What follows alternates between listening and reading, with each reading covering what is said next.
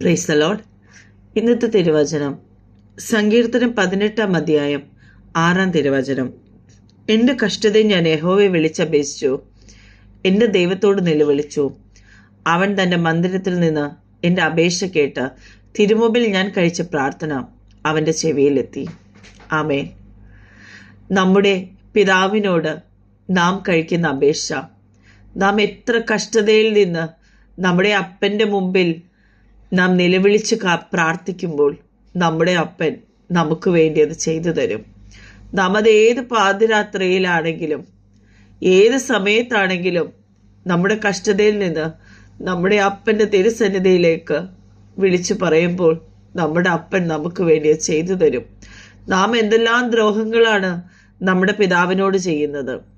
ചില സമയങ്ങളിൽ നമുക്ക് പ്രതിസന്ധി വരുമ്പോൾ നമ്മുടെ അപ്പനെ നാം തള്ളിക്കളയുകയില്ലേ?